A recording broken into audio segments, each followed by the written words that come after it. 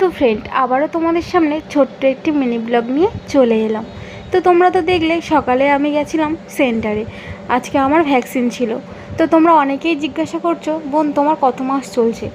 দেখো, এই বিষয়টা আমি তোমাদেরকে পরে জানাবো, প্লিজ তোমরা এটাকে নিয়ে কেউ কিছু মনে করো না। তো যাই হোক, আজকে ইঞ্জেকশন নেওয়ার পরে আমার হাতে এত প্রচণ্ড ব্যথা করছিল, এত যন্ত্রণা করছিল যে আমার রান্না করতে একটু ইচ্ছে করছিল না। তো ও বলেছিল যে বাইরে থেকে খাবার অর্ডার করবে। তো আমি বললাম যে এই সময়টা বাইরের খাবার খাওয়াটা একেবারেই ভালো না, তার জন্য যতই কষ্ট হোক যা পারি একটা কিছু বাড়িতেই বানিয়ে নেব। সেই জন্যে চাল, আলু, ডাল, তারপরে সবজি, টমেটো, গাজর এইসব দিয়ে একটু খিচুড়ি মতো করে নিয়েছিলাম। আর খিচুড়িটা খেতে মোটামুটি খারাপ হয়নি, বেশ ভালো হয়েছিল। আমি খেতে বসেছি, হাত নাড়ছি, তাই আমার ব্যথা করছে।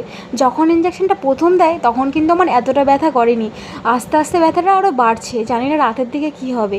তো যাই হোক, প্রচণ্ড ব্যথা করছিল হাতটা, তবুও আমি অনেক কষ্ট করে রান্নাটা করেছি, করে খেতে তো হবে না। তো যাই হোক, আজকে আবার খিচুড়িটা কিন্তু দেখতেও ভালো হয়েছে আর খেতেও ভালো হয়েছিল। আর হ্যাঁ, এর মধ্যে একটু দিয়েছিলাম ছোলা খেতে আমি খুব ভীষণ ভালোবাসি, জানো তো। সেদ্ধ ছোলা খেতে আমার খুবই ভালো লাগে। তো সেই সকালবেলা একটু সেদ্ধ ছোলার মুড়ি খেয়েছিলাম, সেই ছোলা একটু থেকে গেছিলো, তা সেই ছোলাটা নিয়েই আমি খিচুড়িতে দিয়ে দিয়েছিলাম।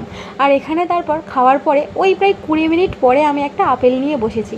আর পাশে দেখো বর বাড়িতে এসেছে, আর আজ সারা দিন বৃষ্টি হচ্ছে, আর এত ভালো লাগছে যে কি বলবো। আর তার উপরে একটা দুঃখের বিষয়, আজকে আমার বরের দীঘায় যাওয়ার কথা ছিল, দোকান থেকে নিয়ে যাওয়ার কথা। তো সেখানে আমার জন্যও যেতে পারিনি, তার জন্য আমার মনটা একটু খারাপ লাগছিল যে আমার জন্যও বেচারা যাওয়া হলো না ঘুরতে। যাই হোক, তো এই যে বসে বসে খাচ্ছি আর বাইরের বৃষ্টি দেখছি, ভীষণই ভালো লাগছিল।